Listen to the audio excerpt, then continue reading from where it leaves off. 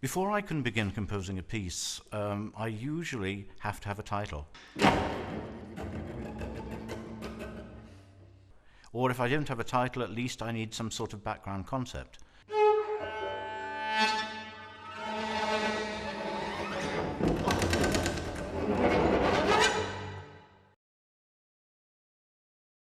The piece has a title of a time and motion study, and from the outset I was curious as to what that might actually mean in terms of somebody playing a piece of music.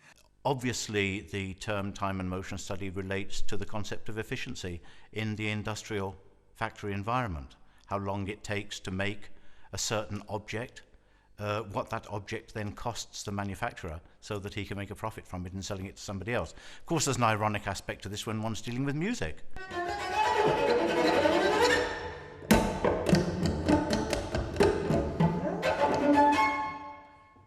One of his subtitles to the piece was electric chair music, something which he decided not to use as a subtitle because it ties down the work too easily to one particular type of meaning. You don't want to tell people too much, it does them a disservice. And then they can listen to this piece just as a sort of sadomasochistic, rollicking...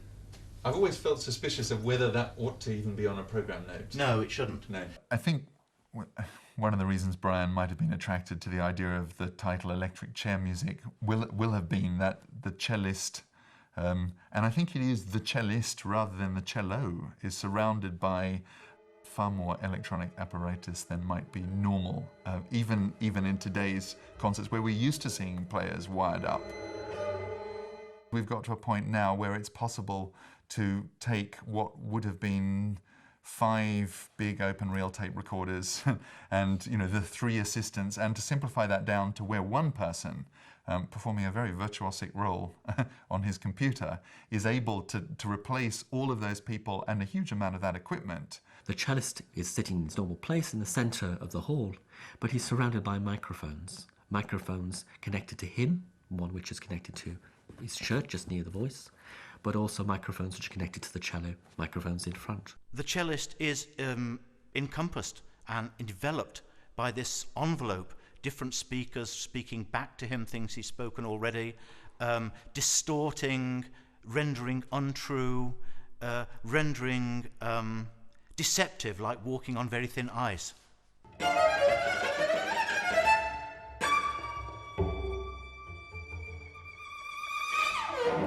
We have one microphone under the fingerboard, which is feeding a delay that runs at 14 seconds.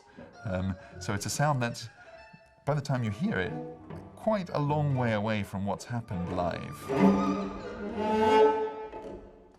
You have another microphone on the body of the instrument, which is feeding a 9-second delay.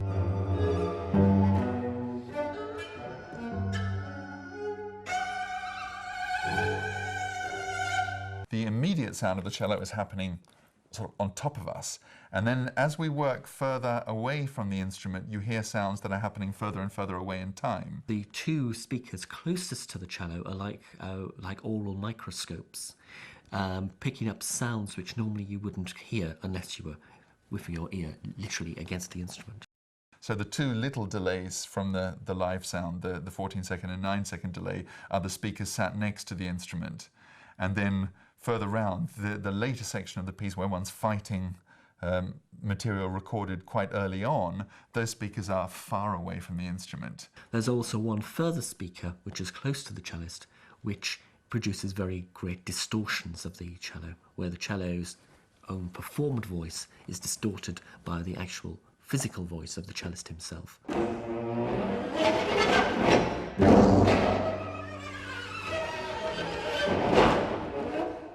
First performance I had done was quite dramatically put the microphone under a bandage and bandage it tightly around my entire neck.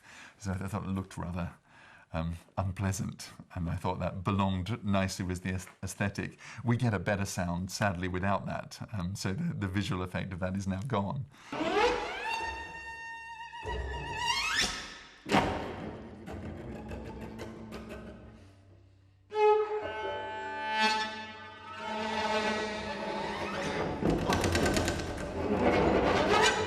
I don't use the reproduction system to create musical effect, as if there were more than one instrument. That's not what I'm after. What I'm after is critiquing the style of the music by allowing you and the listener to take more distance from the actual moment of playing.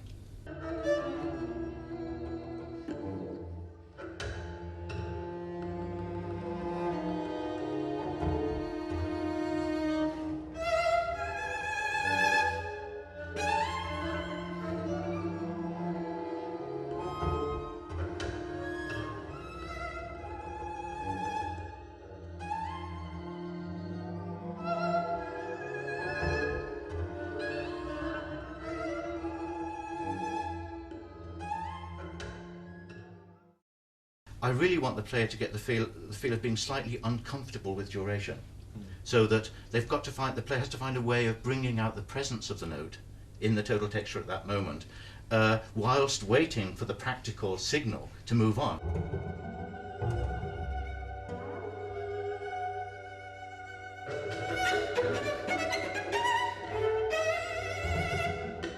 The bit that I couldn't play at all until I heard the electronics was the Gran Adagio.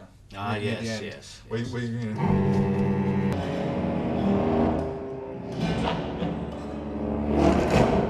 you've got this material sort of grinding very slowly along, and without something to fight against, it makes no.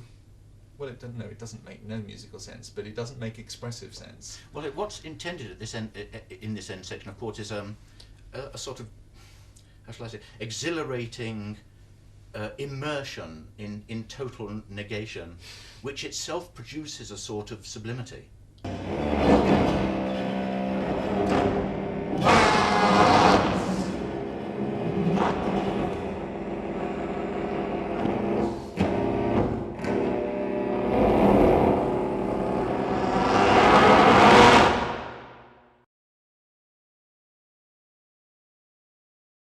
For a lot of people, Ferneyhough is today's bogeyman of new music in the way that Schoenberg might have been 50 years ago.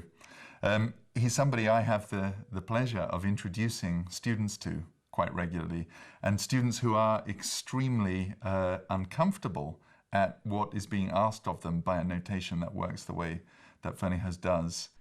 Very often, people like to think of musical notation as abstract. It stays the same for all the ages, and it's evident what you do. You have 2 beats there, 1 beat there, and there's a C sharp, and so on. But in fact, no musical notation has ever given the totality, the essence perhaps even, of a composition. Brian is interested in notation as a labyrinth, as an area of struggle, where there's real work to be done, rather than a simple, transparent medium. We don't want to say, do this, do that.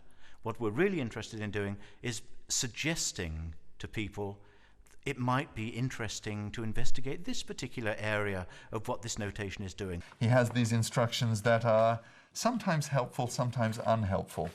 The one at the beginning of the piece was certainly very helpful, especially the first time I did it. And the first time I played this piece with Brian in the audience as well, extremely nervous but insistent.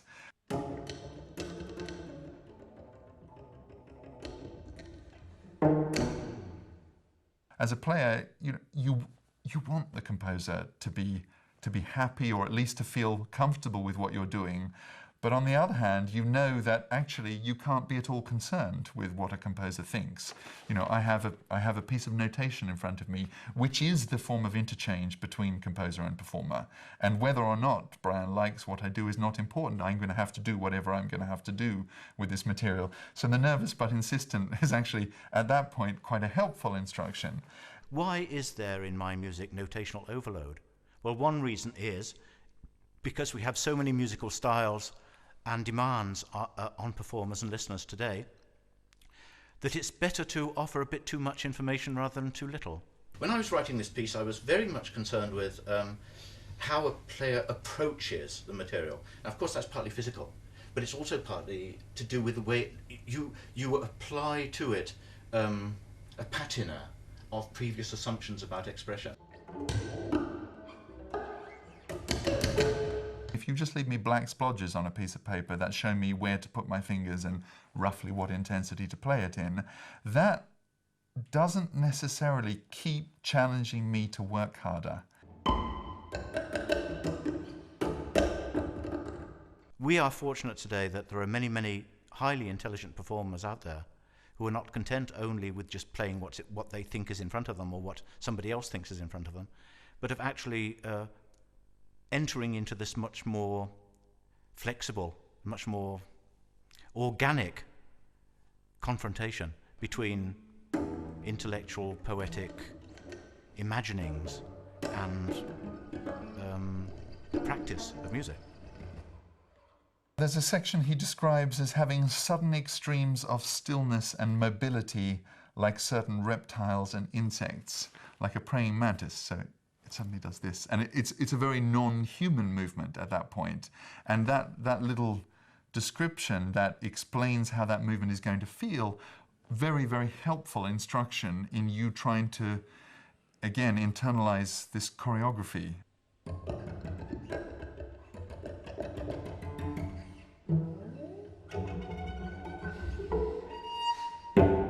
And so it just seemed to me very interesting to try and come up with completely off-the-wall sorts of emotive signposts of this sort. Some of them relate very closely to the types of texture which the piece contains, but some of them, in fact, seem so weird and disrelated from the material that one wonders if they serve any useful purpose at all.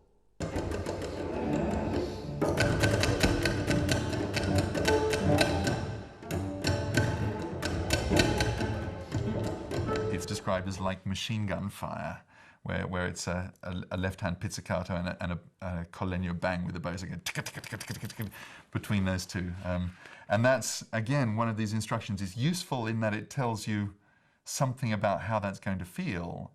And it's also useful in the sense that it remains a challenge because it's actually impossible to get this to go as fast as I'd like it to go. I'd love it was like that. And I can't get to go that fast and to retain the alteration of the characters. So what Brian's done is, by writing like machine gun fire, he's left in this enormous challenge that's always going to make you feel it's not fast enough, it's not loud enough, it's not hard enough. The things that I write above a section, we were talking about the gran adagio. Well, just saying gran adagio, first of all, brings with it sort of Mahlerian associations. Yes. I know immediately. One starts from there with the gran adagio. Right, that's right. And that's what this is, in spite of all these things being piled up, and rat droppings and so on, pigeon droppings which splatter on the material, that's really where you have to start. And I say gran adagio with passionate dedication and self-transcendence. Now, passionate dedication we can understand, but self-transcendence? What do you do with it?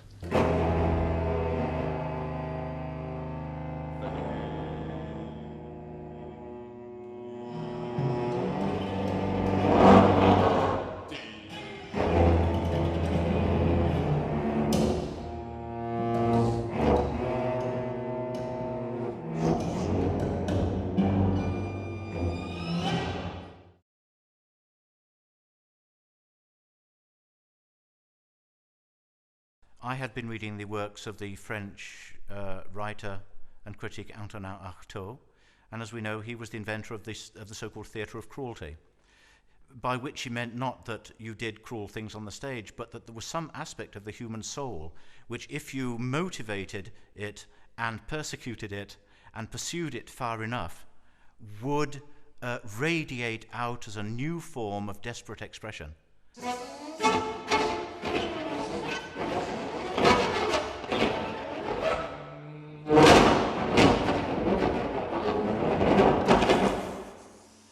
He's asking every part of the body to be used as a component of the way this piece speaks.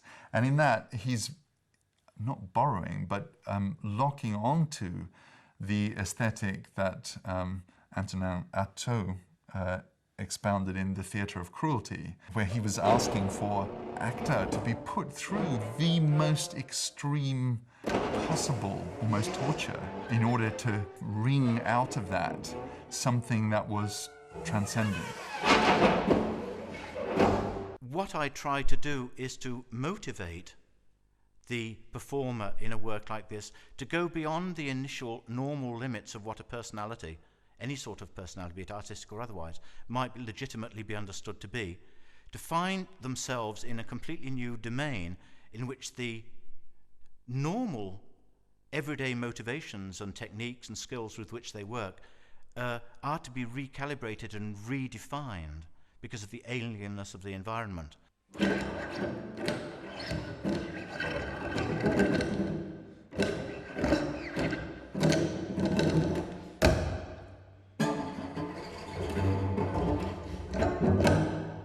The very first thing that we sing is "I am the something," and I'm not sure I can work out what the something that I am is, but the "I am" is rendered something like this, and of course there's a cello interfering with this voice, so you don't actually hear it. But what we have is I.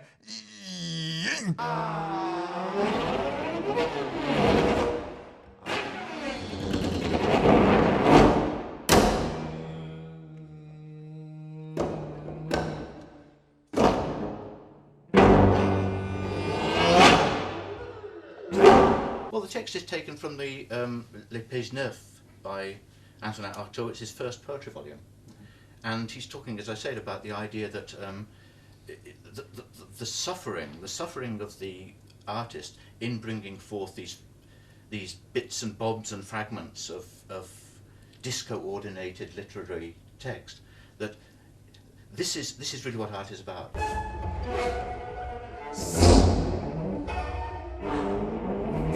A lot of the vocal adjuncts in this piece are just that, in the sense that I'm choosing the material which resonates most through the ring modulation devices to bring out this extremely distorted sound.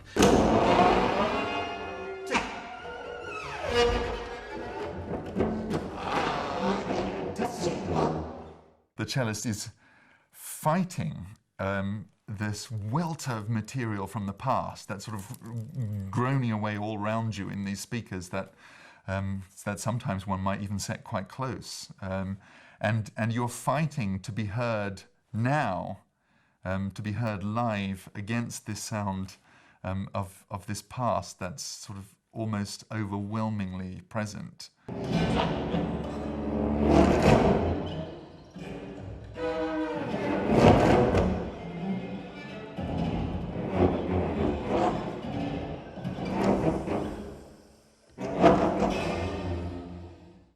For the first time in a very long time, the electronics disappear and you're just left with live sound of the cellist. And it's a very, very busy page of music. There's an awful lot to do. It's very, very difficult. I mean, in terms of actually the pure mechanics of what's happening on the instrument, although I'm not at this point having to do anything clever with foot pedals or no singing, the actual instrumental playing is as difficult as it gets in the piece. And it's a series of short little sections, and his instruction here is spluttering, brilliant, like a high voltage jumping between terminals.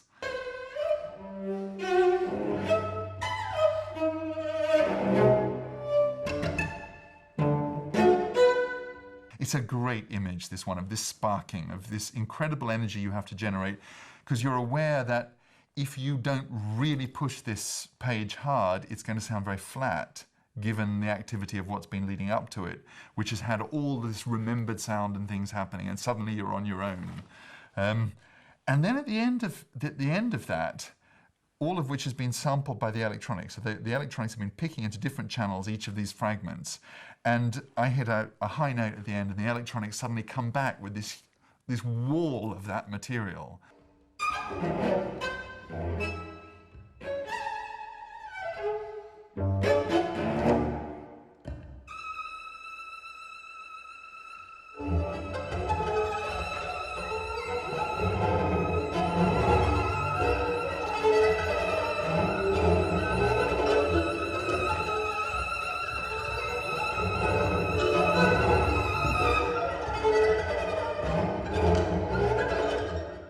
When the cello stops, suddenly this electronics comes from nowhere. And what's been happening at this time, during this cello solo, I have been rapidly capturing little bit of fragments, very, very quick little fragments. And these are then piled on top of one another. And since Ferneyhough is using two-tip delays, these loops which are happening are out of synchronization from one another. So the sound that has been created is constantly changing.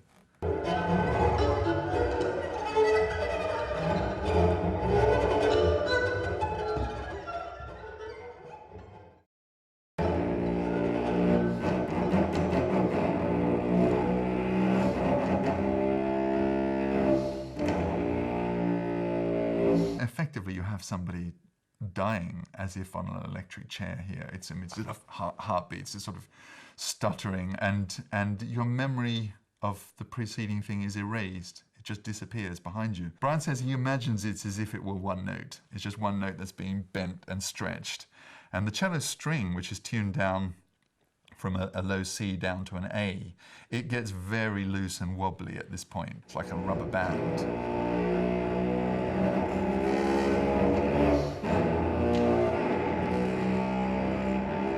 You've got this sort of scream, continual scream in the bass register, and then the click at the end where you're cut off. This clearly represents a performer or a human being who's holding fast to the very last fragment of their self-definition. But as this section goes on, all that's left is the pain.